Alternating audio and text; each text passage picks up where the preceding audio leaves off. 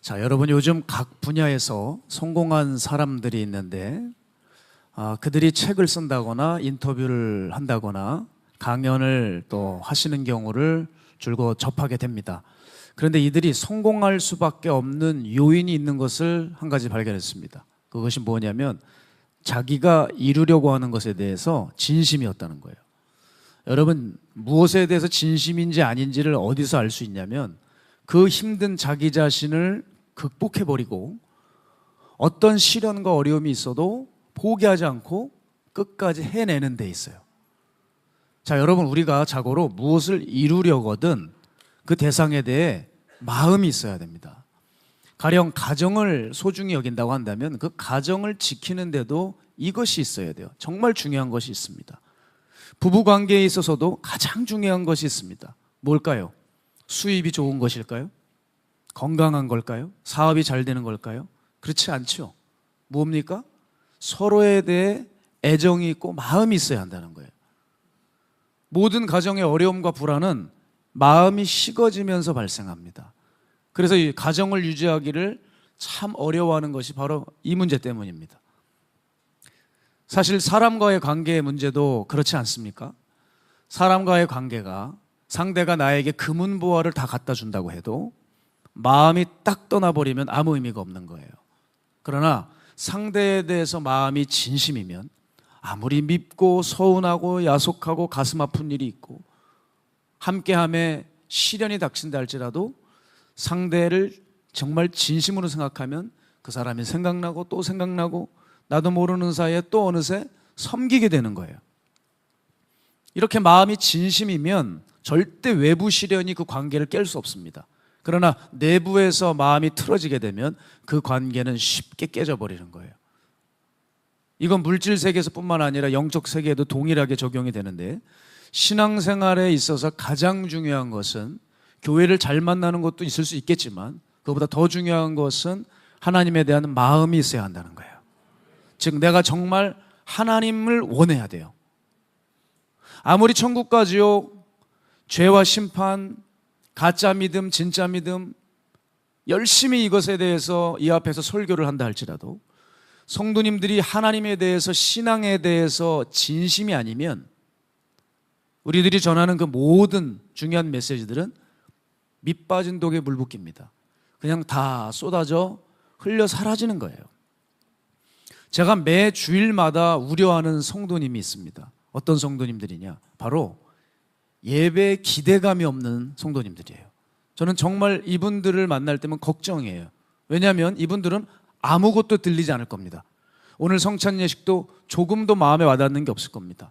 그리고 예배를 드려도 어떤 노력도 결단하지 않을 것이기 때문이죠. 마치 동상이몽격인 거죠. 같은 교회 공간에 있는데 다른 꿈을 꾸고 있는 거예요. 이렇게 마음이 있고 없고가 얼마나 중요한지 이것에 따라 신앙이 좌지우지 됩니다. 저는 그런 의미에서 제 평생의 소원이 하나 있어요.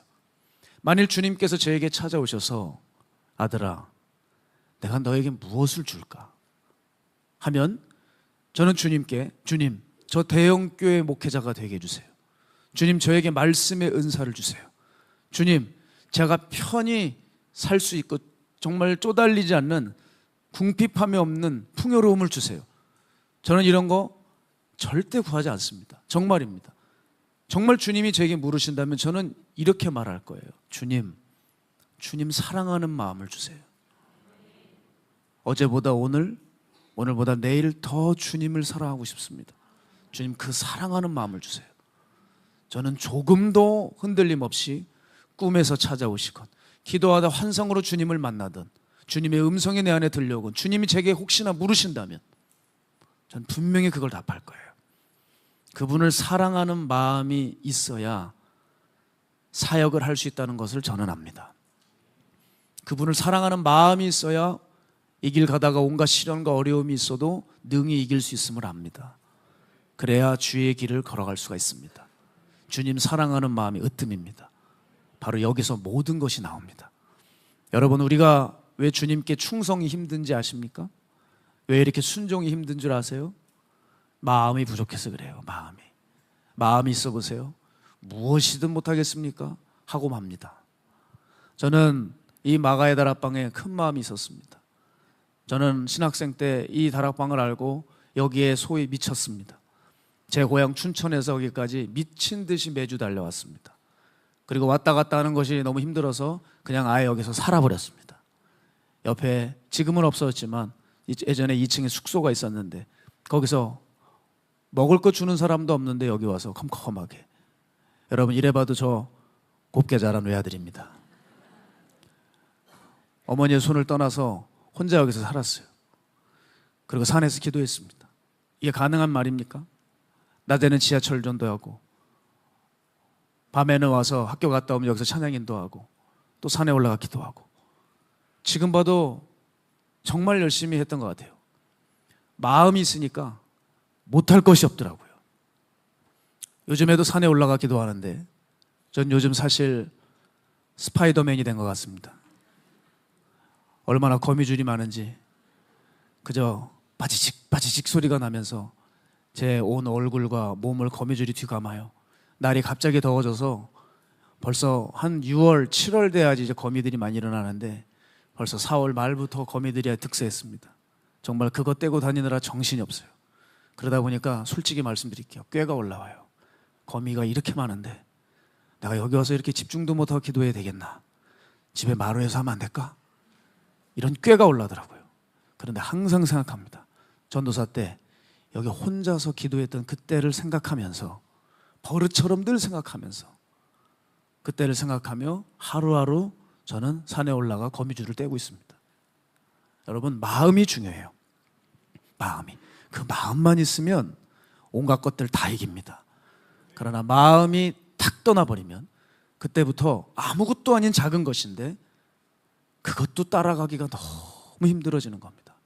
그렇기 때문에 진심이 없는 마음이 어중간한 상태, 이건 참 위험하다고 말씀드릴 수 있어요.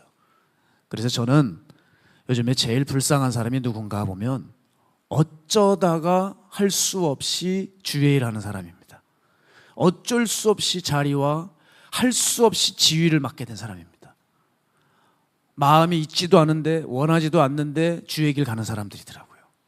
주변에 이런 사람들이 있어요. 그냥 할 게 없어서 어쩌다가 신학한 사람. 하나님을 사랑하지도 않는데 할 수 없이 덜컥 번듯한 사역을 하고 있는 사람. 이 사람들 결국 어떻게 되는 줄 아세요? 시간 지나면 다 말아먹더라고요. 왜 그런지 아십니까? 마음이 없어서 그래요. 마음이 없으니 유혹과 시련이 오면 퍽퍽 꼬꾸라지고 넘어지는 겁니다. 이겨낼 힘이 없어요. 버텨낼 영적 근력이 없습니다. 그래서 하나님을 향한 마음이 있는 사람들이 필요합니다. 자, 그러나 사람들은 어리석죠. 사람들을 뽑을 때 그거 봅니까? 그거 안 보죠. 허우대를 봅니다. 스펙을 봅니다. 요즘도 교회에서 담임 목회자 공고를 볼 때 키 몇 센치, 영어를 얼마나 구사하냐, 외국어 하냐, 또 박사학위 있느냐, 이게 중요하더라고요. 당신 기도 몇 시간 하냐, 성경 몇 장 보냐, 하나님하고 얼마나 동행하냐, 구제와 선교에 얼마나 관심이 있냐, 하나님 정말 사랑하냐, 이것을 체크하기 위한 어떤 지표가 아니라 순 허우대, 세상적인 스펙을 보고 그 목회자를 뽑습니다. 사실 인간이 그런 것 같아요. 그 유명한 선지자 사무엘도 그랬잖아요. 이세 아들들에게 왕이 난다고 하니까 올라갔더니 허우대가 가장 좋은 키도 크고 잘생긴 엘리압이 보이니까 기름을 부으려고 할 때 하나님이 말리시잖아요. 그가 아니다. 나는 그를 이미 버렸다. 그리고 허우대가 가장 없는 어린 아들인 다윗에게 주님은 기름을 부으라고 하셨어요. 생각해 보세요. 하나님에 대한 마음도 없는 사람의 기름을 부어보세요. 이거 진짜 큰일 나는 거 아닙니까? 만일 사무엘이 하나님 말씀을 안 듣고 우겨서 아니야 저 사람이 왕감이야, 키를 보고 그 첫 아들, 잘나 보이는 그 아들을 엘리야에게 기름을 부었다면, 만일 그가 이스라엘의 왕이 되었다면 어떻게 됐을까? 나라가 위태로워지는 거예요. 하나님에 대한 마음이 크지 않은 사람에게 왕관을 주면 그 사람은 그 왕관의 무게를 견디지 못하고 나라는 아마 엉망진창이 되어버릴 겁니다. 사람이 하나님에 대해서 진심이 아닌 상태에서 이와 같이 많은 것을 누리고 소유하고 갖게 되면 정말 황당한 인물이 되어버려요. 왜냐하면 자기는 원래 영적으로 부실한 마음을 가지고 있었거든요. 그런데 그냥 너무 많은 걸 갖게 돼요. 그러면 그 마음에 너무나 쉽게 죄가 틈타서 죄에 사로잡히게 되는 것은 자명한 일이기 때문입니다. 그 대표적인 인물이 누구냐?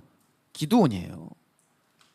기드온은 우리 한국 교인들에게 기드온과 300용사 해서 꽤 긍정적인 사람으로 보이는데 여러분, 그건 대단한 오해입니다. 사사기 8장과 9장을 읽어보지 않아서 그런 이야기를 하는 거죠. 자, 기드온은 하나님에 대한 투철한 믿음, 하나님에 대한 끝없는 신뢰, 이런 것을 가지고 있는 인물이 원래 아니었어요. 원래 캐릭터는 의기소침하고 의심이 많고 두려움이 많았던 인물입니다. 그런데 하나님의 강권적인 은혜로 그를 통해 적인 미디안을 쳐부수는 영광을 맛보게 된 것뿐입니다. 그러면 그 기드온이 자기의 그 연약함을 알면서 그 하나님께 쓰임받은 것을 알면, 그 하나님의 놀라운 영광의 역사를 보게 되었다면 자기 도전을 받아야죠.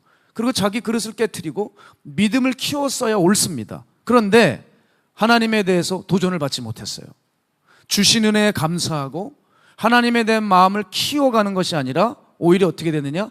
부실했던 그 마음의 약점을 보완하지 못하고 약점을 끝까지 가져가 버렸어요. 그래서 그 부실했던 마음에 그만 죄가 하나씩 들어오고 말았습니다.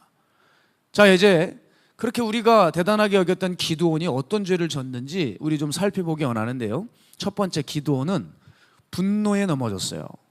즉 감정 조절에 실패했다는 거예요. 자, 이제 성경을 볼 텐데요. 기드온과 300용사가 미디안을 쳐부쉈습니다. 그리고 미디안 왕들, 그 이름을 기억하세요. 세바와 살문나예요. 살문나가 아니고 세바와 살문나, 이게 미디안의 두 왕들인데 이제 그 왕들을 추격하는 거예요. 얘네들만 죽으면 이제 완전히 미디안은 이제 정벌하는 거죠. 그래서 용사들과 함께 미디안에 가는데 그 가는 길이 녹록치가 않아요. 너무 피곤하고 지쳤어요.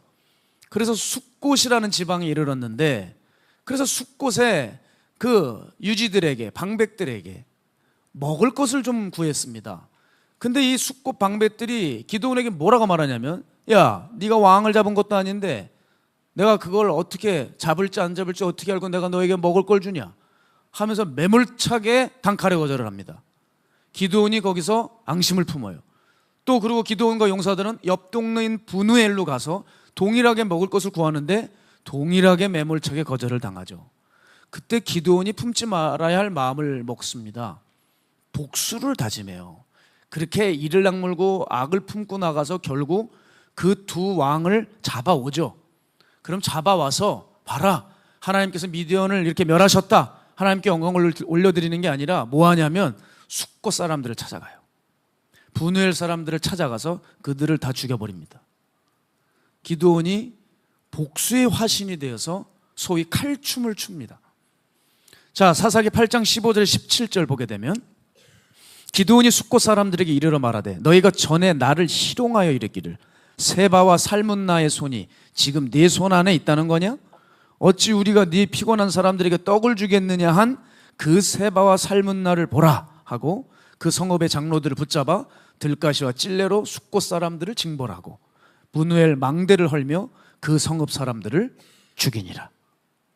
자, 여러분, 어떻게 이 의기소침만하고 두려움이 많았던 이 기드온이 이런 사람이 되었을까요?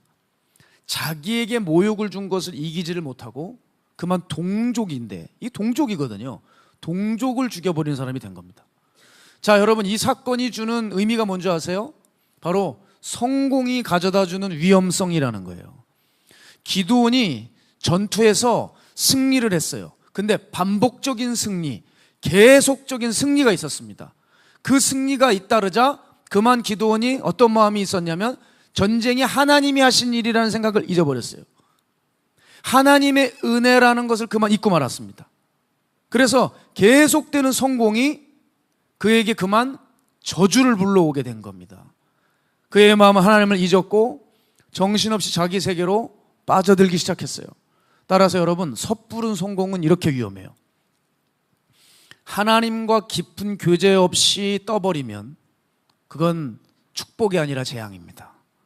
하나님에 대한 부실한 마음은 결국은 죄를 불러올 뿐이에요. 결국은 원수의 먹이를 물어버립니다. 하나님에 대한 마음이 본디 크지 않았기 때문에 결국 죄 질 기회만 오면 금방 지고 마는 거예요. 자, 우리는 이 기드온의 처신을 보면서 뭘 아셔야 되냐면 우리 인생의 생사화복은 하나님께 달려있음을 알아야 돼요. 특히 여러분 이 중에 누가 좀 잘 됐습니까? 여러분 중에 성공하신 분 있습니까? 그렇다면 더더욱 그것이 하나님의 은혜임을 잊지 말아야 합니다. 그런 맥락에서 보면 정말 저주스러운 사람이 누구냐면 저는 이렇게 생각해요. 타고나면서 가진 재능이 마른 사람이에요. 처음에는 저는 그런 사람들을 되게 부러워했거든요. 그런데 가만 보니까 이거는 축복이 아니고 저주일 수 있더라고요. 왜냐하면 자기가 가진 게 많으니까 모든 성취가 있으면 다 자기가 잘나서 된 줄 알아요. 거기 하나님이 없어요. 그리고 그들은 잘못을 했어도 회개를 잘 못해요. 그러니까 차라리 실력이 없고 아무것도 없어서 하나님을 의지할 수밖에 없는 편이 훨씬 낫더라고요. 그래서 저는 제 자신을 볼 때 전 참 부족한 것이 많고 잘하는 것이 없는 사람이라고 생각하거든요. 그런데 전 이게 저에게 수치가 아니라 은혜더라고요. 뭐 이렇게 은혜를 많이 받으세요. 전 너무나도 부족하고 아무것도 없었기 때문에 기도해야 했어요. 노력해야 했어요. 훈련해야 했어요. 돌아보니 그때는 힘들었지만 제게 너무나 감사한 일인 거예요. 요즘은 제가 연약하고 부족한 게 재산이에요. 전 이게 감사의 제목이에요. 왠지 아세요? 그렇기 때문에 뭔 일이 생겨나고 열매가 있으면 하나님이 하셨구나. 왜냐하면 나에게서 그런 것이 나올 수 없기 때문에 하나님이 하셨구나 이렇게 저는 선언할 수 있어요. 하나님이 하신 것을 잊을 수가 없는 거예요. 하나님의 은혜를 잊을 수가 없어요. 왜? 제가 제 자신을 아니까. 여러분, 나 자신을 정말 알게 되면 모든 것이 다 은혜고 감사해요. 그런데 내 삶이, 내 인생이 은혜로 된 줄 모르니까 늘 원망하고 불평하고 사는 것입니다. 여러분, 혹시 이 중에 실패하신 분 있습니까? 그 속에 은혜가 숨어 있어요. 그게 은혜라니까요. 시련이 찾아왔습니까? 그 속에도 은혜가 있어요. 혹시 성공했습니까? 그렇게 좋아하지 마세요. 오히려 그때 더욱더 그게 은혜로부터 비롯된 것임을 알아야 합니다. 그러나 기드온은 은혜를 망각한 채 함부로 감정을 표출하고 동족을 죽이고 난 후에 잡아온 미디안의 두 왕들도 죽입니다. 근데 놀라운 사실은요, 기드온이 이 왕들을 처형할 때 성경은 기드온이 그 왕들을 왜 죽였는지 동기를 보여줘요. 그걸 낱낱이 성경은 고발하고 있습니다. 기드온이 하나님의 백성을 그 적들의 손에서 해방시키려고 하는 그 사명의 칼을 쓴 게 아니라 개인적 보복의 칼을 썼다고 성경은 말하고 있어요. 즉 세바와 살문나 두 왕이 기드온의 친형제들을 죽였던 겁니다. 그래서 그 이후로 개인의 원한을 갚고자 신문하면서 죽였다는 것이 성경에 나와요. 사사기 8장 18절에 19절 보면 세 번역으로 살펴볼게요. 제가 읽겠습니다. 그런 다음에 그는 세바와 살문나에게 물었다. 너희가 다볼에서 죽인 사람들은 어떻게 생겼더냐? 그들이 대답하였다. 그들은 당신처럼 하나하나가 왕자와 같았습니다. 기드온이 말하였다. 그들은 나의 어머니에게서 난 형제들이다. 주님의 살아계심을 두고 맹세하지만 너희가 그들을 살려주기만 하였더라도 내가 너희를 죽이지는 않을 것이다. 그러면서 죽였어요. 이와 같이 두 왕을 죽인 것은 개인적 보복이었어요. 잃어버린 가문의 명예를 되찾는 일이었어요. 그래서 그 왕들을 죽이려고 할 때 자기 맏아들인 여델에게 칼을 주고 죽여라 하는 거예요. 네 장손이 네가 저놈들을 죽이면서 잃어버린 가문의 명예를 되찾자는 거예요. 그런데 성경에 보니까 맏아들 여델이 너무 어린 소년이라 칼을 빼기를 두려워해서 못 죽였어요. 그래서 기드온이 직접 죽입니다. 자, 보세요. 이게 뭐냐? 그의 반복적인 성공이 그만 어떻게 돼요? 그의 성공이 그의 눈을 가려서 자신의 감정이 도취하게 됐고 은혜를 완전히 망각하고 복수의 화신이 되었다는 것을 성경이 보여주고 있는 거예요. 반복적인 성공이 기드온의 삶에 축복이 아니라 저주를 불러왔어요. 자, 여러분, 우리는 이제 앞으로 우리에게 어떤 승리가 있고 성공이 있어도 그게 전적인 하나님의 은혜라는 것을 기드온의 무너진 삶을 통해 반드시 기억하셔야 됩니다. 안 그러면 죄악들이 하나씩 하나씩 우리 안에 들어오고 그 사단 원수의 먹이를 우리는 물고 말 거예요. 자, 두 번째, 기드온이 무엇에 넘어졌나? 돈에 넘어졌습니다. 이것이 본문 곳곳에 나타나는데, 자, 그 미디안의 두 왕 세바와 살문나를 죽인 후에 어떤 행동을 하죠? 그들의 낙타에서 초승달 장식물을 취해요. 여러분, 적을 죽였으면 그걸로 끝내고 그들의 모든 것을 부정해야지 옳은 일 아니겠습니까? 그런데 죽이고 난 후에 기드온의 눈에 뭐가 들어오냐? 그들의 물질이 들어옵니다. 그래서 그것을 취합니다. 서서히 기드온의 마음에 탐심이 올라오기 시작하는 거예요. 사사기 8장 21절 보게 되면 세바와 살문나가 이르되 네가 일어나 우리를 치라.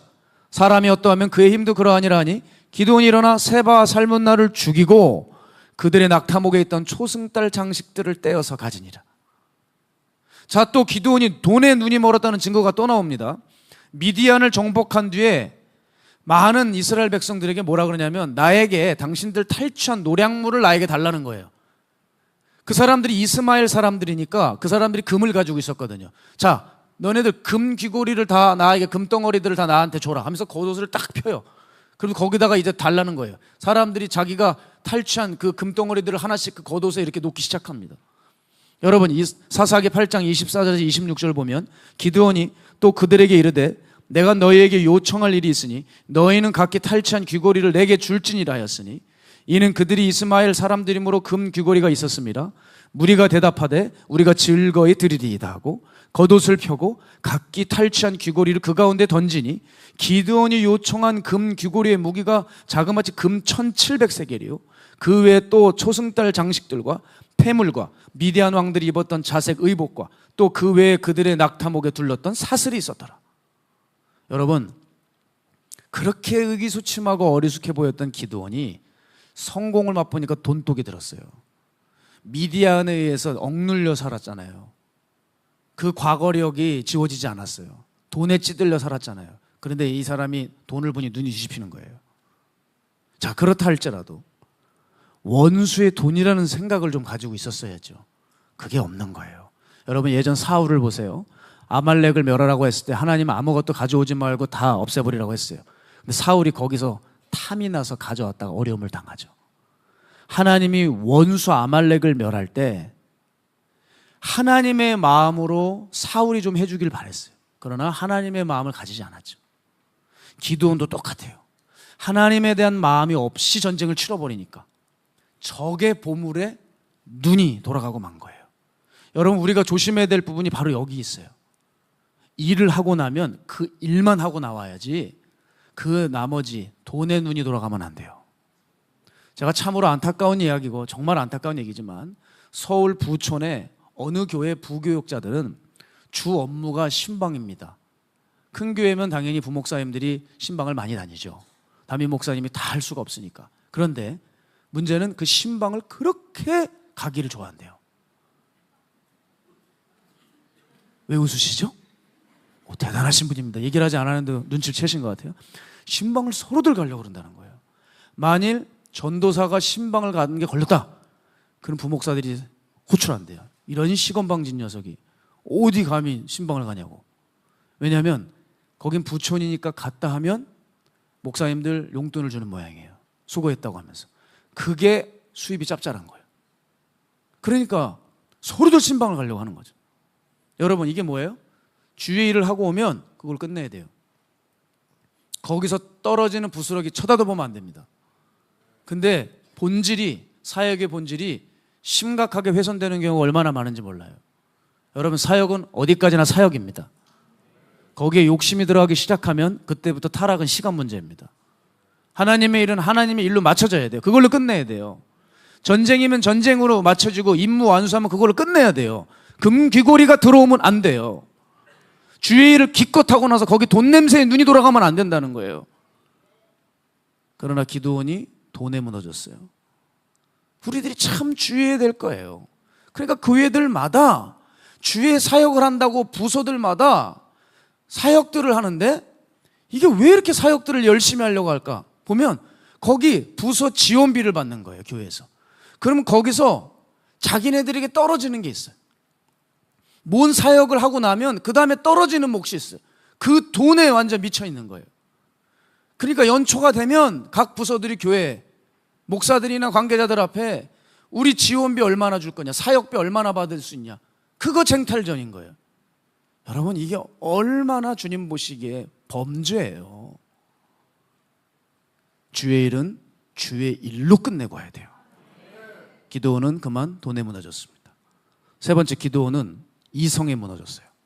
여러분, 돈과 여자는 같이 간다는 말이 있어요. 돈에 무너지면 곧 여자에게도 무너진다는 뜻이죠. 아니나 다를까 기드온은 여자가 많았어요. 아내를 엄청 많이 뒀습니다. 그리고 첩도 두었어요. 그래서 첫 첩이 낳은 아들만, 여러분, 아들만 70명이나 됐어요. 거기 딸도 있을 거 아닙니까? 딸까지 치면 도대체 몇 명이에요? 그 이름을 어떻게 외워요? 저는 애 둘밖에 없는데, 유빈이, 유성이, 아들 둘인데 가끔 헷갈려가지고 유성이한테 유빈이라고 부르고 유빈이한테 유성이라고 불러요.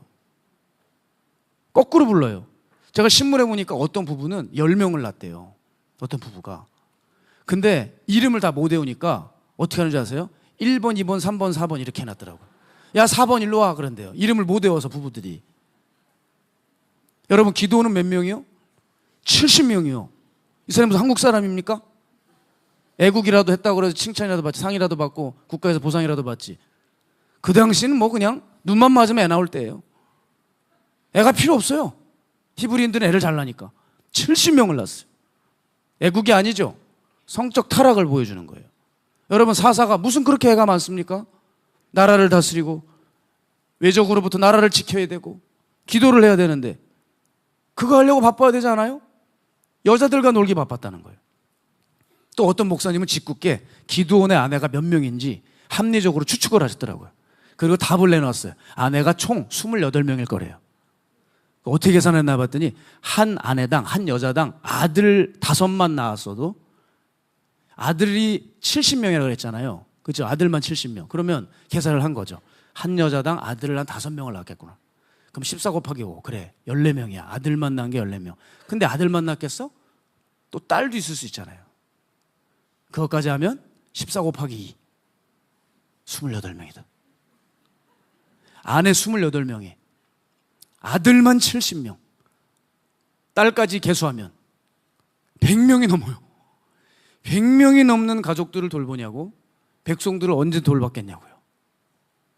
여러분, 제가 거짓말하는 게 아니고 여기 사사기 8장 30절에 보면 기드온이 아내가 많음으로 그의 몸에서 낳은 아들이 70명이었고 세겜에 있는 그의 첩도 아들을 낳았으므로 그랬어요.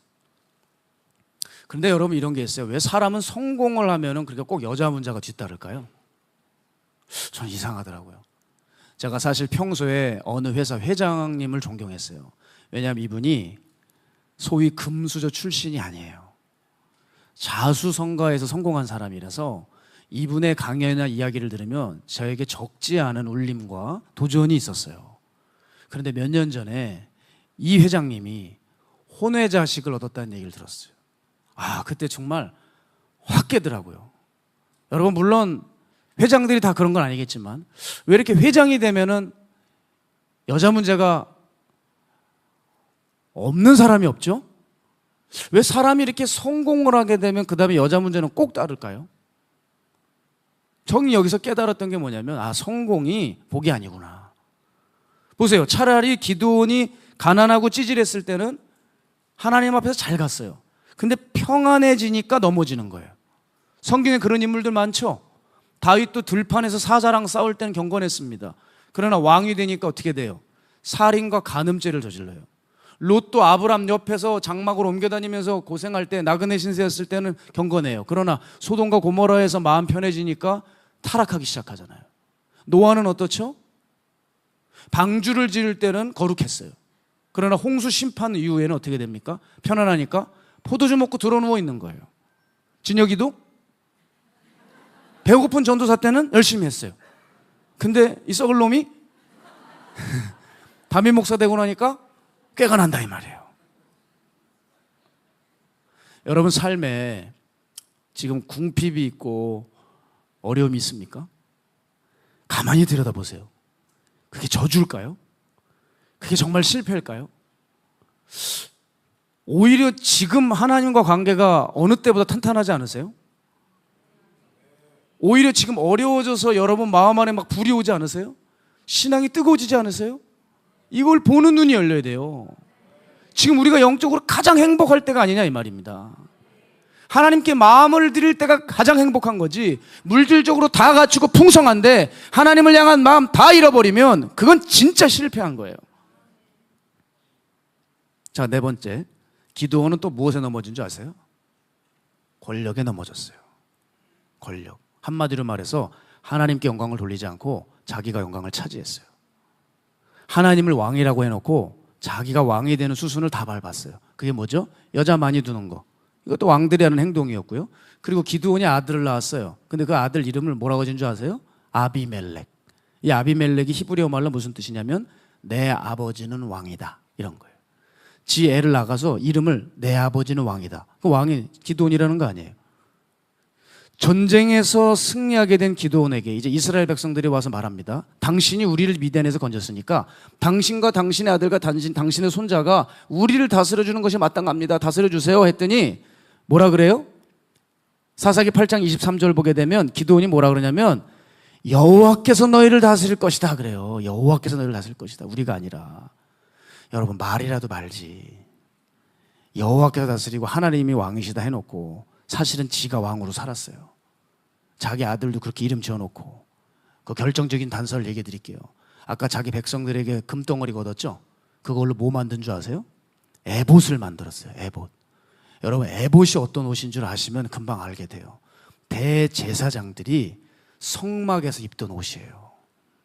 그러니까 그 에봇을 자기 집에 걸어두었다고요. 여러분, 에봇이 있는 곳은 성막이에요. 근데 에봇을 자기 집에 걸어두었다는 건 무슨 의미인 줄 아세요? 자기 집을 성막으로 삼았다. 자기 집을 예배당으로 삼았다는 거예요. 그래서 사람들이 다 자기 집으로 찾아오게 만들고 하나님께 예배하려고 그럴 땐 다 자기 집을 거쳐야 되고 그렇게 들어와서 자기 지도를 다 온 백성이 받게 해놨다고요. 기도는 에봇을 만들어 놓고서 사실상 자기 자리를 높여놔서 왕의 자리에 앉아 있었다는 거예요. 이게 얼마나 이중적입니까? 입은 하나님이 왕인데 사실은 자기가 왕이었어요. 그 에봇을 걸어두고 사람들이 찾아와 섬기겠다는 거예요. 자, 27절 보면 함께 읽겠습니다. 시작. 기드온이 그 금으로 에봇 하나를 만들어 자기의 성읍 오브라에 두었더니 온 이스라엘이 그것을 음란하기 위함으로 그것이 기드온과 그의 집에 올무가 되니라. 저는 여러분 여기서 주목해야 될 두 가지 표현을 말씀드리려고 합니다. 그게 뭐냐면 그것을 음란하게 섬겼다, 이것과 그것이 올무가 되었다라는 거예요. 이 표현들은 사사기를 연구해 보면 아는데 이 표현들은 우상을 섬길 때 나오는 표현이에요. 이와 같이 저 에봇이, 기드온이 만들어 놓은 에봇이 이스라엘에게 우상이 되어서 그들에게 덫이 되게 했다는 거예요. 여러분, 사사는 자고로 우상을 멸하라고 부른 사람이에요. 근데 자기 자신과 에봇을 우상화해서 섬기게 만들었어요. 그리고 기드온이라는 이름의 뜻을 아시죠? 도끼로 부수다, 찍다, 이런 뜻이란 말이에요. 우상 찍으라고 기드온을 태어나게 하셨는데 하나님에 대한 신앙을 부수고 찍고 있는 거예요. 그래서 영거라고 하는 신학자가 이렇게 말했습니다. 이 스토리는 아이러니합니다. 바알을 대적한 하나님의 챔피온이 국가적인 배교를 관장했습니다, 그랬어요. 또한 팀 켈러 목사님이 기드온의 이 사건을 해석하면서 19세기 유명 설교자 스펄전의 말을 인용했어요. 스펄전이 젊은 그리스도인들에게 이렇게 경고했거든요. 자신의 영혼을 구원하려면 목회를 하지를 마라. 목회에 뛰어들지 말아라 그랬어요. 왜? 섣불리 뛰어라도 자기 영광 가르칠 바에는 젊은이들아 목회하지 마라, 그런 거예요. 팀 켈러 목사님이 이 스펄전의 이야기를 인용하면서 이렇게 말씀하세요. 잘 들어보세요. 우리는 교회 리더십의 자리를 이용해 하나님을 섬기고 공경하는 것이 아니라 우리 자신이 영향력과 영예를 얻으려고 하기가 매우 쉽습니다. 기드온은 하나님이 왕이시라고 말은 하지만 사람들이 자신에게서 지도, 응답, 구원을 찾기를 바랬습니다. 이와 같이 우리는 필요한 존재가 되려고 한다는 것이 문제입니다, 그랬어요. 여러분, 우리가 지금 이런 잘못을 저지를 수 있어요. 하나님보다 자기 자신을 바라보게 하는 거예요. 스스로 에봇을 만들고 있는 거예요. 자기에게 영향을 집중시키기 위해서, 자기의 영향력을 확장시키기 위해서 애를 쓰고 있을 수 있는 거예요. 그러나 예수님은 어떻게 사셨죠? 사탄의 시험을 물리치셨는데 사탄의 시험 중에 뭐가 있었어요? 권력을 물리치셨어요. 너 나에게 절하면 이 천하만국 주겠다는 사탄의 시험이 있었지만 예수님이 단칼에 거절하셨죠. 오히려 예수님은 제자들에게 뭐라고 말씀하셨어요? 마태복음 20장 28절 보면 인자가 온 것은 섬김을 받으려 함이라 도리어 섬기려 하고 자기 목숨을 많은 사람의 대속물로 주려 합니다. 여러분, 반복되는 성공이 미디안을 여기까지 오게 했어요. 미디안은 원래, 이 기드온은 원래 이 미디안이 무서워서 밀을 포도주 틀에서 타작하던 거였는데 이제는 자기를 드러내놓고 애복까지 만들어서 숭배하게 만들었다고요. 자, 기드온은요, 감정, 돈, 섹스, 권력 차례차례 다 무너졌습니다. 여러분, 우리라고 여기서 자유로울 수 있겠어요? 주의 성도들 그리고 주의 종들 할 것 없이 우린 여기서 어찌 보면 자유로울 수가 없어요. 그러나 우리는 잊지 말아야 될 것은 기드온이 걸어갔던 그 길은 걸어가지 말아야 된다는 거예요. 그럼 어떤 방법이 있느냐? 이것밖에는 없습니다. 나의 초심을 건져내야 돼요. 어디에 두고 왔는지 모르겠는데 빨리 찾아와야 돼요. 내 마음이 어느 지경이 되었는지 수시를 꺼내서 확인해야 돼요. 예전에는 넘어지지 않았던 죄에 난 지금 요번에 넘어지고 있는 건 아닌가, 요즘에 계속 무너지고 있는 것은 아닌가 확인해야 된다는 거예요. 그리고 어느새 나의 에봇을 만들고 있는지 몰라요. 사람들 앞에 보이기 위한 나의 에봇. 근데 그 에봇은 두 가지 경우에 다 만들 수 있어요. 성공하고 일이 잘 풀리고 길이 열릴 때 자기를 높이기 위해서 에봇을 만들 수도 있고요. 반대로 처절하게 무너졌을 때도 에봇을 만들 수 있어요. 왠지 아세요? 내 체면과 자존심을 살리기 위해 나에 대한 이목이 사라지는 것을 막기 위해서 에봇을 열심히 세워둬서 자기를 어필하는 사람들이 있는 거예요. 여러분 자신에게 물어야 됩니다. 내 마음에 하나님이 계신지 에봇이 자리 잡고 있는지 확인하셔야 돼요. 내 신앙의 끝은 그리스도의 십자가인가 아니면 기드온의 에봇인가. 따라서 사람은 정말 이거 하나 잘 간수해야 되는데 마음입니다. 통장도 자식도 사업도 건강도 다 잘 관리해야 되는데 마음 잘 지켜야 돼요. 생명의 근원이 여기서 난다 하셨기 때문에 여러분, 이건 두고 볼 것도 없이 반드시 지켜야 돼요. 그래서 하나님이 원하시는 사람은 어떤 사람인 줄 아세요? 한결같이 하나님 앞에 겸손하고 온유한 사람을 찾으세요. 그런데 사람들이 얼마나 악한지 한결같이 하나님에 대해서 올바른 사람 찾아보기가 너무 쉽지가 않습니다. 성공하게 되면, 유명해지면, 인정받게 되면 이상하게 자기 자리를 알지 못하고 높아져요. 그게 성취인 줄 알고 행복인 줄 알지만 여러분, 그건 저주라는 거예요. 저는 그런 의미에서 이번에 정말 하나님 보시기에 부유하고 행복한 사람 한 분과 대화했어요. 제가 이 말씀을 드리고 말씀을 마치겠습니다. 바로 예전에도 설교 드린 적이 있는데 반동성애 운동으로 몸을 아끼지 않고 살아오신 우리 방상훈 집사님이라는 분이에요. 수원에서 구두를 닦으시고 그 얼마 되지 않은 돈으로 그걸 자기를 위해서 살기도 바쁘실 텐데 그걸로 남을 섬기고 하나님을 위해 할 수 있는 일들을 다 하시는 그분이에요. 어제 저에게 카톡이 하나 오셨더라고요. 목사님, 지난 금요일에 제가 집회를 통해 위로를 받고 힘을 얻어서 그날도 지하철 전도를 하게 되었습니다. 근데 지하철에서 아프리카 부룬디에서 온 그 현지 흑인 청년들을 만났대요. 그래서 그들에게 전도를 하게 됐는데 영어가 안 되니까, 뭐 말이 안 되니까 뭐라 그러냐면 지저스 크라이스트 헤븐, 지저스 크라이스트 헤븐 그랬다는 거예요. 그리고 자기 목에 걸려있는 십자가를 보고 예수님, 예수님 그랬다는 거예요. 근데 이 흑인 청년들이 아멘 아멘 하더라는 거예요. 아멘 아멘 하더래요. 그러면서 그걸 듣고 가만히 있더라는 거예요. 그런데 사람들이 다 이 집사님을 노려보고요, 옆에 있던 주변에 있던 그 청소년들은 뭐가 웃긴지 그렇게 낄낄대고 웃고 있더라는 거예요. 그러면서 이분이 뭐라 그러냐면 자리가 갑자기 하나가 났대요. 그때 제가 앉지 않고 얼른이 부룬디 청년들을 앉혔대요. 그리고 그 부룬디 청년들을 내려다보면서 종착지까지 갔는데 그 청년들이 얼마나 예뻐 보였는지 모른대요. 그 카톡을 보내오셨더라고요. 여러분, 제가 뭘 깨달았냐면, 야, 이분 진짜 누구보다도 행복하신 분이구나.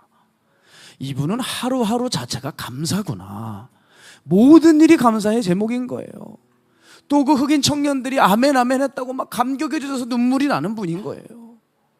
여러분, 이분은 어떤 분이냐? 가난합니다. 전도를 할 때 사람들이 무시해요. 쉽게 모욕을 당할 때가 많습니다. 홀로 죄를 싸우며 살기에 외롭고 고단할 때가 많은 분이에요. 그런데 그거 아세요? 하나님과 제일 친해요. 이분의 평소의 삶은 하나님만 생각해요. 뭘 하든 하나님의 영광을 위해서만 살아요. 여러분, 전 이렇게 생각해요. 하나님 앞에서 정말 진실하게만 살 수 있다면 우리가 조금 가난해도 무시당해도 외로워도 이게 복이라는 사실을 알아야 돼요. 하나님 한 분 꼭 잡고 놓지 않고 살 수 있으니까요. 비록 이 땅에서는 나그네 같은 삶을 살아도 하나님 나라에서는 이분 같은 사람들은 왕 같은 존재일 겁니다. 저는 이분이 부러웠어요. 왜 부러웠냐? 마음을 다른 데 빼앗기지 않는 분이었어요. 그저 하나님을 위해서 오늘도 내일도 삶을 바치며 살아요. 지금 우리는 어떻죠? 우리는 이분보다 더 멀쩡하고 가난하지도 않고 많은 것들을 소유하고 풍족할 수 있어요. 그런데 우리 살아가는 거 보면 죄악뿐이고 지옥으로 점점 다가가고 있는 거 아닙니까? 여러분, 서두에 말씀드린 대로 신앙생활에서 가장 중요한 것은 마음을 지키는 일이에요. 여러분들께서도 하나님을 사랑했던 마음들이 다 있을 거예요. 그러나 지금 어떻게 되었냐는 거예요. 여전히 내 안에 십자가가 빛나고 있는지, 나만의 에봇이 빛나고 있는지. 우리는 언제나 우리의 마음을 지켜야 하는데 초심을 건져내야 됩니다. 여기에 우리의 살 길이 있고 여기에서 생명이 근원이 나오는 겁니다. 사랑하는 여러분, 꼭 이 일에 최선을 다하시는 우리 다락방 교우 여러분 되시길 주님의 이름으로 축복합니다. 우리 시간 함께 이 찬양하면서 주님 앞에 봉헌하며 나아가겠습니다. 주 예수님, 우리 맥주감 사주일을 맞이해서 우리가 주님 앞에 한 가지 올려드려야 될 것이 있습니다. 예물이 아니고 첫 수확이 아니라 내 초심입니다. 첫 마음입니다. 주를 사랑하고 주를 위해 살겠다고 결단했던 그 첫 마음이 오늘 다시 살아나게 하여 주셔서 기도원과 같이 그렇게 쓰임받고 벌어지는 비참한 인생 되지 않도록 주님 우리의 삶을 흔들어 깨워주시사 다시 한번 주님 앞에 거룩한 심령들로 새로워지게 하여 주시옵소서. 드려질 예물 주님 기억하여 주시고 아름답게 주님의 창고에 쌓여져 생명을 살리는 일에 최선을 다하여 부어질 수 있도록 주여 함께하여 주시며 은혜 내려 주시옵소서. 지금 이곳엔 성부 성자 성령 살아계신 하나님의 사랑과 은혜와 능력이 이제 앞으로 기도원과 같이 하나님의 은혜를 맛보고도 그거를 망각하여 비참해진 사람들이 아니라 하나를 알아도 감사할 줄 알고 주를 위하여 드리기로 작정한 주의 백성들 머리 위에 가정 위에 직장 위에 사업체 위에 이제로부터 영원토록 함께 하시기를 간절히 축복합니다. 아멘, 아멘.